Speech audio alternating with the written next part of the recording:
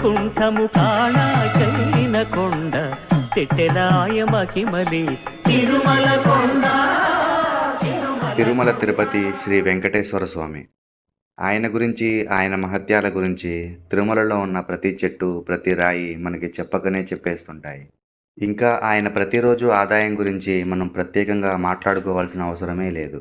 ఒక ఆంధ్రులకు మాత్రమే కాదు, భారతదేశ ప్రజలందరూ తన దర్శనం ఎప్పుడెప్పుడు కలుగుతుందా అని ఎదురు చూసే ఒకే ఒక్క కలియుగ దైవం సాక్షాత్తు మన కోసం వెలిసిన తిరుమల తిరుపతి శ్రీ వెంకటేశ్వర స్వామి. ప్రపంచ నలుమూలల నుండి భక్తులు ఆయన దర్శనం కోసం పరితపిస్తుంటారు. ఒకసారి దర్శనం అయితే చాలు, మళ్ళీ మళ్ళీ చూడాలి అనిపించే ఆ స్వయంభూమూర్తి గురించి ఎంత మాట్లాడినా తక్కువే అవుతుంది. నేను ఉండేది దుర్గమ్మ సన్నిధిలో అయినా ఎందుకో తిరుపతి ప్రజల్ని చూస్తే నాకు జలస్ కలుగుతుందబ్బా. ఫస్ట్ టైం నేను ఎందుకు ఇక్కడ పుట్టలేదా అని అనిపిస్తుంది. సాక్షాత్తు ఆ శ్రీనివాసుడి పాదాల దగ్గర పద్మావతి అమ్మవారి చెప్పు చేతల్లో తమ జీవనం సాగిస్తున్న తిరుపతి ప్రజలందరికీ నా హాయ్ చెప్తూ ఇక వీడియోలోకి వెళ్ళిపోదామా. తిరుమలలో శ్రీ వెంకటేశ్వర స్వామి దేవాలయమే కాకుండా ఇంకా మనం చూడవలసిన కొన్ని ప్రదేశాలు ఉన్నాయి. అవే మీరు తమ్నైల్లో చూశారు కదా. శ్రీవారి పాదాలు, శిలాతోరణం, చక్రతీర్థం, జపాలి ఆంజనేయ స్వామి టెంపుల్, వేణుగోపాల స్వామి టెంపుల్, హదీరాం బావాజీ జీవ సమాధి, ఇంకా పాప వినాశనం, ఆకాశగంగ. వీటిని మీలో చాలామంది వెళ్ళి చూసుంటారు.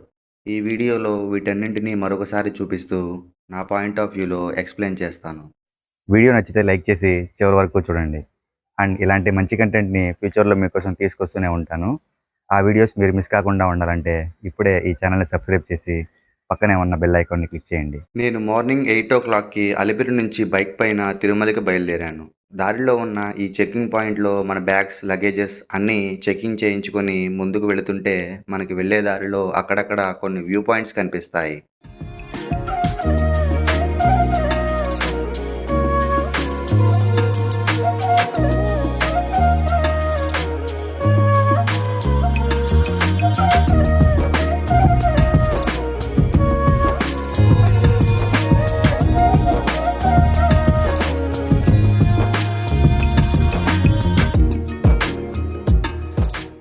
అక్కడి నుంచి మనకు కనిపించే ఈ శేషాచలం ఫారెస్ట్ వ్యూస్ నెక్స్ట్ లెవెల్లో ఉంటాయి.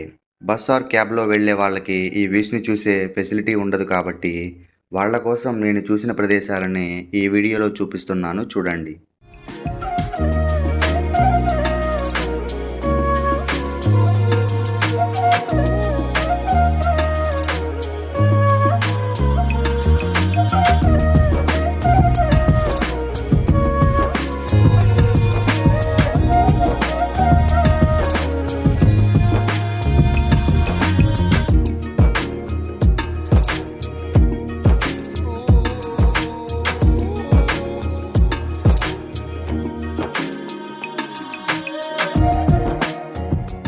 దారిలో ఒక వ్యూ పాయింట్ దగ్గర మనకి శ్రీవారి మెట్టు మార్గం చాలా చక్కగా కనిపిస్తుంది.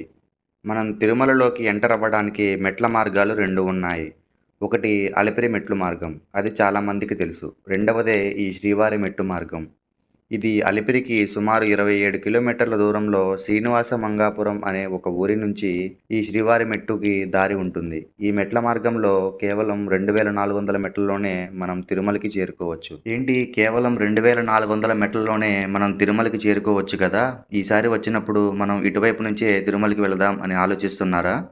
ఈ దారిలో మనం అలిపిరి మెట్ల మార్గంలో ఇంటర్వెల్ సీన్, అదే మోకాళ్ళ పర్వతం ఎక్స్పీరియన్స్ ఈ శ్రీవారి మెట్టు మార్గంలో మీరు మొదటి నుంచే ఎక్స్పీరియన్స్ చేయొచ్చు. ఇక చూసుకోండి ఈ శ్రీవారి మెట్టు మార్గం ఎలా ఉంటుందో మీ ఊహలకే వదిలేస్తున్నాను. వెళ్ళే దారిలో ఈ తిరుమలగిరి అందాలతో పాటు కొన్ని రకాల జంతువులు, పక్షులు మనకి కనిపిస్తాయి. వాటిని చూసుకుంటూ మనం పైకి వచ్చేసాం. టైం మార్నింగ్ 9 అయింది.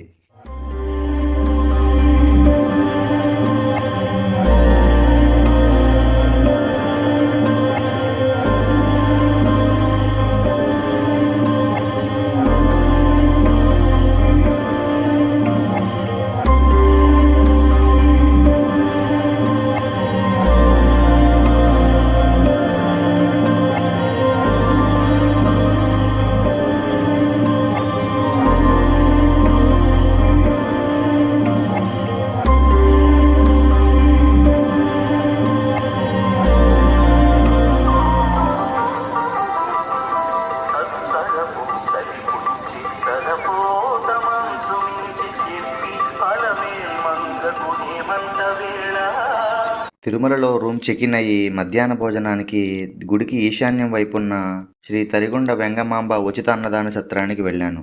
చాలామంది భక్తులు భోజనానికి వచ్చి ఈ బోర్డు దగ్గర సెల్ఫీలు దిగుతున్నారు. ఈ పెయింటింగ్లో కొన్ని దివ్యక్షేత్రాలు ఉన్నాయి. అవేంటో మీకు బ్రీఫ్గా ఎక్స్ప్లెయిన్ చేస్తాను. ఈ పెయింటింగ్లో మొదటిగా మనకి కుడివైపున కనిపిస్తున్నది తిరుమల శ్రీ వెంకటేశ్వర స్వామి అయితే, రెండవది అహోబిలం నరసింహస్వామి, మూడవది మహానంది శ్రీ మహానందీశ్వర స్వామి, ఇక నాలుగవది శ్రీశైలం మల్లికార్జున స్వామి, ఇక ఐదవది శ్రీ త్రిపురాంతకేశ్వర స్వామి వారి దేవస్థానం త్రిపురాంతకం. చూశారు కదా ఈ పెయింటింగ్లో ఎన్ని టెంపుల్స్ని ఇంటర్లింక్ చేశారో. నిజంగా ఆ ఆర్టిస్ట్కి హ్యాట్సాప్ చెప్పుకుంటూ ఈ అన్నదాన సత్రం వెనకాలే మనకి పాప వినాశనం బస్ స్టాప్ ఉంటుంది. ఇక్కడ మనం చూడవలసిన ప్రదేశాలన్నిటికీ ఆర్టీసీ బస్సెస్, షేర్డ్ క్యాబ్స్, ఇంకా ఆటోలు అన్నీ అవైలబుల్ ఉంటాయి. మీరు ఫ్యామిలీతో వస్తే క్యాబ్ మాట్లాడుకోండి, లేదా సింగిల్గా వస్తే షేర్డ్ ఆటో అయినా పర్లేదు, లాగిన్ చేయండి. ఛార్జెస్ పర్ పర్సన్కి 100 నుంచి 150 లోపు ఉంటుంది. ఇక్కడ మీరు మీ టాలెంట్ని ఉపయోగించాల్సి ఉంటుంది. మీరు కరెక్ట్గా క్యాబ్ మాట్లాడుకుంటే తిరుపతిలో ఉన్న అన్ని ప్లేసెస్ని ఒకే క్యాబ్ ఆర్ ఆటోలో కవర్ చేసేయచ్చు. నేనైతే అన్ని ప్లేసెస్ని కవర్ చేసేలాగా బైక్ పైన వచ్చాను కాబట్టి నాకు ఆ ప్రాబ్లం లేదు. ఎందుకంటే మనం చూడబోయే ప్రదేశాలన్నీ మ్యాక్సిమం తిరుమలకి 5 కిలోమీటర్ల డిస్టెన్స్ లోపే ఉంటాయి. తిరుమలలో మనం చూడవలసిన ప్రదేశాలు కొన్ని ఎడమ వైపున ఉంటే, కొన్ని ప్రదేశాలు కుడివైపున ఉన్నాయి. మనం మొదటిగా వెళ్లాల్సింది శ్రీవారి పాదాలు. పదండి వెళదాం. ఇక మొదలెడదామా? శ్రీవారి పాదాలకి వెళ్లే దారి ఎత్తైన ఈ వెదురు చెట్లతో చాలా ఆహ్లాదకరంగా ఉంటుంది. పురాణాల ప్రకారం శ్రీ మహావిష్ణువు వైకుంఠం నుంచి వెంకటాద్రికి దిగి వచ్చేటప్పుడు తన మొదటి పాదాన్ని ఇక్కడ పెట్టారని, రెండవ పాదాన్ని మనం నెక్స్ట్ చూడబోయే ప్రదేశం శిలాతోరణం దగ్గర పెట్టారని ఇక్కడ భక్తులు ప్రగాఢంగా నమ్ముతారు.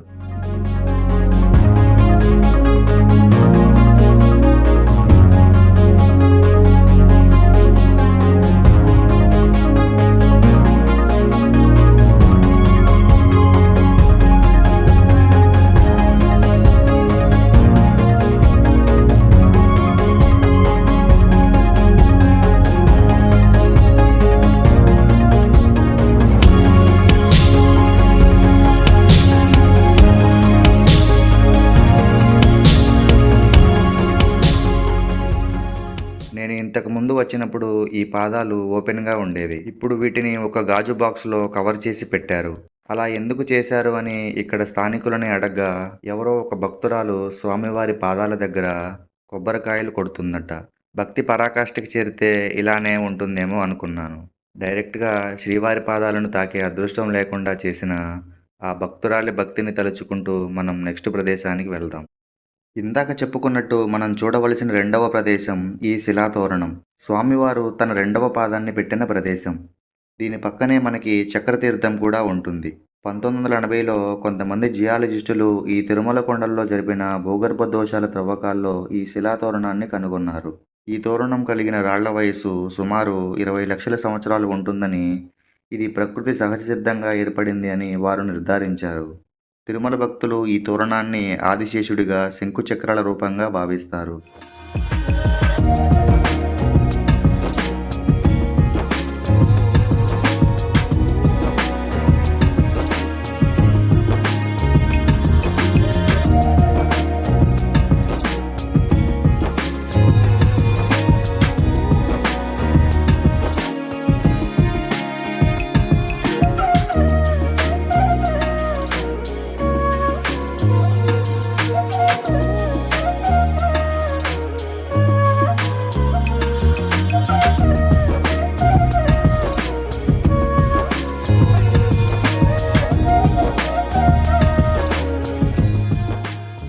ఈ తోరణం పక్కనే మనకి జంతు ప్రదర్శనశాల కూడా ఉంది.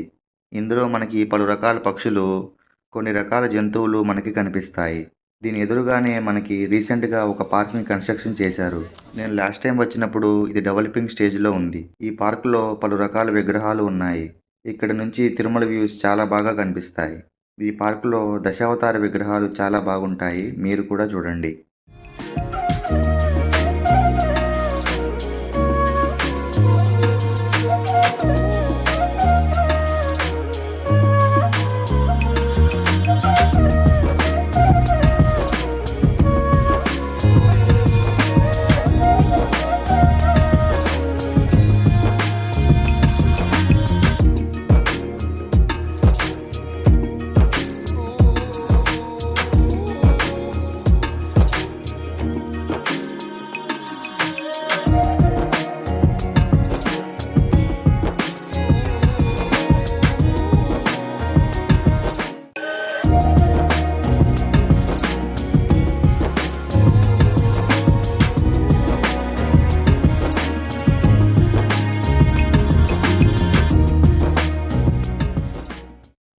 మనం చక్ర తీర్థానికి వెళదాం. పురాణాల ప్రకారం బ్రహ్మదేవుడు ఒకసారి తపస్సు చేయాలనుకుంటాడు. దానికి శ్రీ మహావిష్ణువుని ఒక ప్రదేశం చూపించవలసిందిగా కోరతాడు. దానికి మహావిష్ణువు ఆలోచించి తన సుదర్శన చక్రాన్ని వదలగా ఈ ప్రదేశంలో సుదర్శన చక్రం భూమిలోకి చొచ్చుకుపోయి ఈ తీర్థం ఏర్పడిందట. అందువలనే ఈ తీర్థానికి చక్ర తీర్థం అనే పేరు వచ్చింది.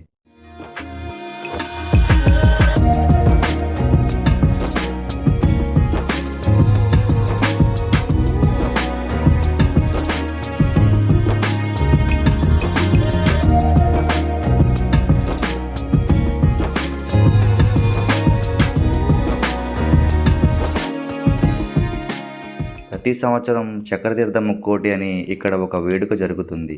ఈ వేడుకలో వెంకటేశ్వర స్వామి వారి మూల విరాట్ని ఇక్కడికి తీసుకొచ్చి ఇక్కడున్న నరసింహస్వామి, ఆంజనేయ స్వామి వారి విగ్రహాలని ఈ చక్రతీర్థాలతో అభిషేకిస్తారు. ఇది చూసేందుకు భక్తులు తండోపతండాలు ఇక్కడికి వస్తుంటారు. ఇంతటితో మనం ఎడమ వైపున ఉన్న ముఖ్యమైన ప్రదేశాలన్నింటినీ కవర్ చేశాం. ఇప్పుడు కుడివైపున ఉన్న ప్రదేశాలను సందర్శిద్దాం. ఎడమ వైపున శ్రీవారి పాదాలు, శిలాతోరణం, చక్రతీర్థం ఉంటే కుడివైపున పాప వినాశనం, ఆకాశగంగ, జపాలి తీర్థం, శ్రీ వేణుగోపాల స్వామి ఆలయం, ఇంకా హదీరాం బాబాజీ జీవసమాధి ఉన్నాయి. ఇప్పుడు మనం ముందుగా పాప వినాశనంకి వెళ్దాం. పాప వినాశనం పురాణాల ప్రకారం ఈ తీర్థంలో స్నానం ఆచరించుట వలన వారి పాపములు హరింపబడతాయని బ్రహ్మపురాణంలో పేర్కొనబడి ఉంది. సాక్షాత్తు స్వామివారి పాదాల దగ్గర నుంచి ఈ తీర్థం ఉద్భవించిందని తిరుమల భక్తులు నమ్ముతారు. ఈ పాప వినాశనం డ్యాం నుంచే తిరుమల అవసరాలకి నీటి సరఫరా అవుతుంది. ఈ నీటిలోని స్నానం ఉత్సాహభరితంగా నిజంగా ఉల్లాసాన్ని కలిగిస్తుంది. ఇది సహజ సిద్ధంగా ఏర్పడిన జలపాతమే అయినప్పటికీ సింహాల నోటి నుంచి నీరు ప్రవహించేలా డిజైన్ చేయబడింది. దీని ఎదురుగానే గంగాదేవి ఆలయం ఉంది. ఈ ఆలయంలో కెమెరాస్ నాట్ అలౌడ్, అసలు ఫోటో కూడా తీసుకొనివ్వడం లేదు. ఇక్కడ స్నానం చేసిన భక్తులకు డ్రెస్ చేంజ్ చేసుకోవడానికి గదులు కూడా అవైలబుల్ ఉన్నాయి. సో ఆడవాళ్ళు ఇబ్బంది పడాల్సిన అవసరం లేదు. ఇక వచ్చిన దారే వెనక్కి వచ్చేస్తే రోడ్డుకి కుడివైపునే మనకి ఆకాశ గంగకి వెళ్ళడానికి దారి కనిపిస్తుంది. పదండి వెళదాం. ఇక్కడ ఉన్న తీర్థాలలో చక్ర తీర్థానికి ఎంతైతే పురాణ ప్రాచుర్యం ఉందో అంతే ప్రాచుర్యం ఈ ఆకాశ గంగకి కూడా ఉంది. ఒకానొక సమయంలో ఈ తిరుమలలో ఎవరో ఉండేవారు కాదంట. ఆ సమయంలో స్వామివారి పూజలు, అభిషేకాలు అన్నీ ఒక వైష్ణవ భక్తుడు అయిన తిరుమల నంబియార్ అనే ఒక వృద్ధ భక్తుడే చూసుకునేవారంట. ప్రతిరోజు స్వామివారి అభిషేకానికి తూచా తప్పకుండా తిరుమల నుంచి ఇక్కడికి వచ్చి ఇక్కడ ఉన్న పాప వినాశనంలోని వాటర్ని తీసుకుని వెళ్ళి స్వామివారిని అభిషేకించేవారంట. తిరుమల నంబియార్ అలా ఒకరోజు అభిషేకానికి వాటర్ని ఒక బిందెలో తీసుకుని వెళుతుంటే ఆయన భక్తికి మెచ్చిన వెంకటేశ్వర స్వామి ఒక బాలుడి వేషం ధరించి నంబియార్ గారిని వెంకటేశ్వర స్వామి తనకి దప్పికగా ఉందని నీళ్ళని అడగ్గా ఆయన ఇవి స్వామివారి అభిషేకానికని చెప్పి నీళ్ళని ఇవ్వనని తిరస్కరిస్తారు. అప్పుడు ఆ బాలుడు ఒక రాయిని తీసుకొని నంబియార్ గారి బిందెకి రంధ్రం వేసి తన దాహాన్ని తీర్చుకుంటాడు. దానికి నంబియార్ గారు బాధతో మళ్ళీ పాప వినాశనం వైపు వెనుతిరగగా దానికి వెంకటేశ్వర స్వామి నంబియార్ గారితో, ఎందుకు తాత ఇంత కష్టపడతావు, ఈ ప్రదేశంలోనే నీకు ఆ తీర్థాన్ని ఇప్పిస్తానని చెప్పి తన విల్లుతో బాణం వేయగా ఈ ఆకాశగంగ ఉద్భవించిందట. ఈ ఆకాశగంగ తీర్థము చేతనే ప్రతిరోజు తనకి పూజలు, పురస్కారాలు చేయాల్సిందిగా స్వామివారు నంబియార్కి చెప్పి అదృశ్యమయ్యారంట. ఆ రోజు నుండి ఈ రోజు వరకు ఈ ఆకాశగంగ తీర్థాన్నే స్వామివారి సేవకు ఉపయోగిస్తున్నారు. ఇప్పటికీ నంబియార్ గారి వంశస్థులు మాత్రమే స్వామివారి అభిషేకానికి అర్హులుగా ఉండడం విశేషం. ప్రతిరోజు ఇక్కడికి వచ్చి వాటర్ని తీసుకెళ్లే శ్రమ లేకుండా ఇప్పుడు ఇక్కడ నుంచి కొత్తగా డైరెక్ట్ ఆనంద నిలయానికి పైప్ లైన్ వేశారు. ఇది వింటర్ సీజన్ అయ్యేసరికి నీటి ప్రవాహం కూడా చాలా బాగుంది. మీరు కూడా చూడండి.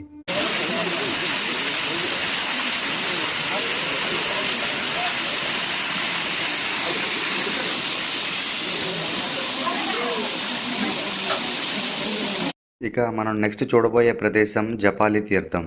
తిరుమలలో ఉన్న దర్శనీయ ప్రదేశాలలో ఈ జపాలి తీర్థం మొదటిలో ఉంటుంది. ఈ జపాలి తీర్థ కాలినడక ప్రకృతి ఒడిలో పయనిస్తున్నట్టుగా ఉంటుంది. ఆకాశగంగకి కేవలం 1 కిలోమీటర్ దూరంలోనే రోడ్డుకి కుడివైపున ఈ జపాలి తీర్థం బోర్డు మనకి కనిపిస్తుంది. ఈ మెట్ల మార్గం సగం దూరం ఏదో ఒక కొండను ఎక్కుతున్నట్టు, మిగతా సగం దిగుతున్నట్టు ఉంటుంది. నన్ను అడిగితే మనిషి తన జీవితకాలంలో ఎంతైతే కష్టపడతాడో అంతే ఆనందాన్ని పొందుతాడు అని ఆ ఆంజనేయ స్వామి మనకి సింబాలిక్గా చెప్తున్నట్టు అనిపించింది. ఎందుకంటే ఇక్కడ విజువల్స్ ప్రశాంతత అలా ఉంటుంది. ప్రకృతి ప్రేమికులకి ఇది ఒక మంచి ఒకేషన్ పాయింట్.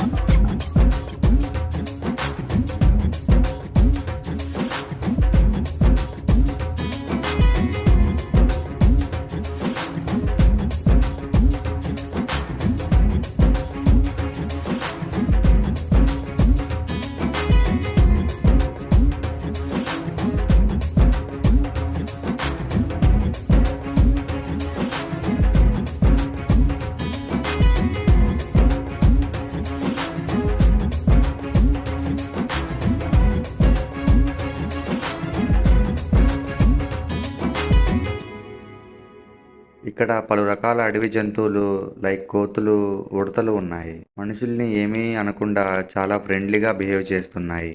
మరి ఆ గుడిలో ఎవరనుకున్నారు ఉండేది?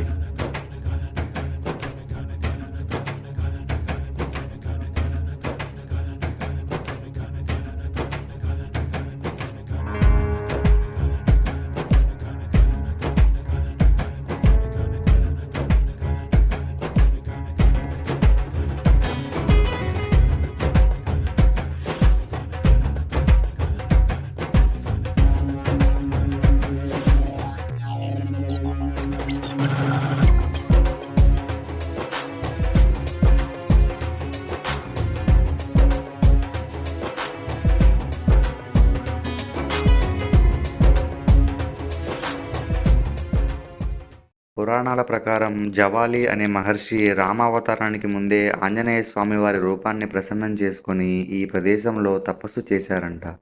అప్పుడు స్వామివారు తనకు రాబోయే అవతారం ఎలా ఉంటుందో అలా ఇక్కడ వెలిశారంట. జపం వల్ల స్వామివారు వెలిశారు కనుక ఈ ప్రదేశం జపాలి అయిందట. రామావతారంలో శ్రీరాముడు, సీతాదేవి ఈ ప్రదేశానికి వచ్చి ఇక్కడ కోనేరును సృష్టించి స్నానమాచరించారట. అందుకే దీనికి సీతాగుండం అని పిలుస్తారు. చుట్టూ ఉన్న ఈ ప్రకృతి అందాలు, పక్షుల కిలకిల రావాలతో ఈ ప్రదేశం చాలా ఆహ్లాదకరంగా ఉంది. సమయం అస్సలు తెలియడం లేదు. కానీ వెళ్ళకపోతే వేణుగోపాలస్వామి తన ఫ్లూట్తో తంతాడు కాబట్టి ఈ ప్రయాణంలో చివరి దేవాలయం అయిన వేణుగోపాలస్వామి దేవాలయానికి వెళ్దాం పదండి.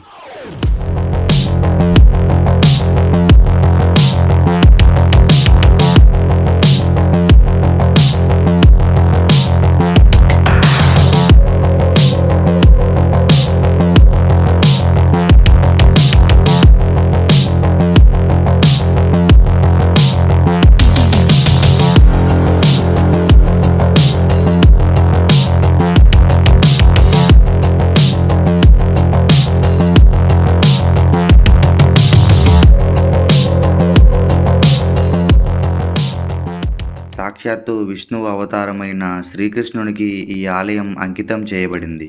ఈ ఆలయం విజయనగర సామ్రాజ్య కాలంలో నుంచే ఉనికిలో ఉందని భక్తులు నమ్ముతారు. ఈ ఆలయం దక్షిణ భారత ఆలయ నిర్మాణాలలో ప్రధానమైన ద్రావిడ నిర్మాణ శైలిని ప్రదర్శిస్తుంది. లోపల వేణుగోపాల స్వామి ముగ్ధ మనోహరంగా ఉంటాడు. ఇక పక్కనే మనకి హదీరాం బాబాజీ జీవ సమాధి ఉంది. ఈయన పూర్వం 600 సంవత్సరాల క్రితం ఈ తిరుమలకి వచ్చి ఇప్పుడు మనం చూసి వచ్చిన జపాలిలో జీవనం సాగిస్తూ స్వామివారిని సేవిస్తూ ఉండేవారు. ఆయన భక్తికి మెచ్చిన శ్రీనివాసుడు బాబాజీతో పాచికలాడేవారంట. ఇప్పటికీ ఇక్కడున్న హదీరాం బాబాజీ మఠంలో స్వామివారు పాచికలాడిన పవిత్ర స్థలాన్ని మనం చూడొచ్చు. ఈయన స్టోరీని మనం అక్కినేని నాగార్జున గారు నటించిన ఓం నమో వెంకటేశాయ సినిమాలో వివరంగా చూడొచ్చు. ఇక ఇంతటితో నా తిరుమల యాత్ర పూర్తయింది. వీడియో నచ్చితే లైక్ చేయండి, మీ ఫ్రెండ్స్ అందరికీ షేర్ చేయండి అండ్ సబ్స్క్రైబ్ చేయడం మాత్రం మర్చిపోమాకండి.